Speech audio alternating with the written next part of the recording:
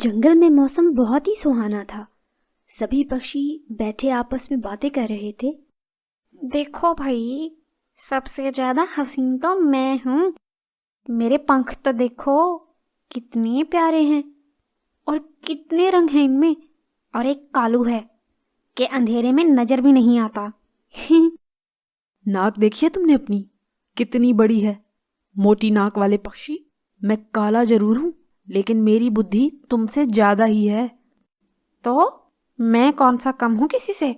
دیکھو تو صحیح میرے پنکھ اور میرے خوبصورت پنجے، ایسے کسی کے ہیں بھلا؟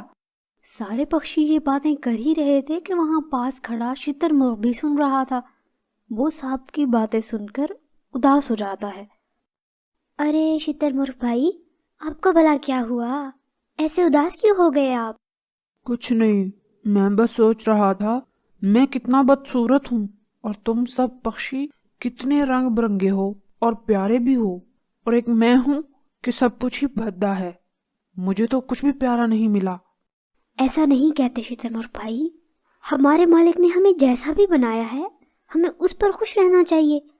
دیکھو تو صحیح، آپ کتنے شکتیشالی ہیں۔ ہمارے پکشیوں کے پاس ایسا ہے کیا کچھ؟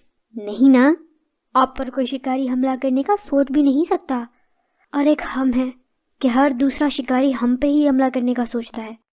لیکن شتر مرغ کے دماغ میں بس یہی سوار تھا کہ وہ سب سے زیادہ بدصورت ہے اور اسے حسین بننا ہوگا۔ کالو بھی یہ سب سن رہا تھا۔ اگلے دن کالو شتر مرغ کے پاس جاتا ہے۔ شتر مرغ بھائی، اگر آپ واقعی میں خوبصورت بننا چاہتے ہیں نا تو میرے پاس ایک اپائے ہے۔ آپ جو والا بھی پکشی بننا چاہو گے ویسا والا پکشی بن جاؤ گے۔ شتر مرغ جلدی سے بولتا ہے۔ ہاں ہاں، بتاؤ نا مجھے کالو جلدی سے۔ میں چاہتا ہوں میں ایک خوبصورت سا کبوتر بن جاؤں۔ مجھے تو اپنے آپ سے ہی نفرت ہوتی ہے۔ یہاں سے کچھ دور الو بابا جی رہتے ہیں جو ہر قسم کا جادو کرتے ہیں۔ اگر آپ ان کے پاس جاؤ تو وہ ضرور آپ کی سہایتا کریں گے۔ واہ کالو، تم نے تو میری بہت بڑی سمسیا حل کر دی ہے۔ دوست ہو تو تم جیسا، میں تمہارا یہ احسان کبھی نہیں بھولوں گا۔ ارے شتر مرغ بھائی، کوئی بات نہیں، کبھی میں بھی ہیلپ لے لوں گا آپ سے۔ شتر مرغ وہاں سے الو بابا کی طرف چل دیتا ہے۔ کافی دیر چلنے کے بعد وہ الو جادوگر کے پاس پہنچ جاتا ہے جہاں وہ اپنی خوفناک گفا میں رہتا ہے۔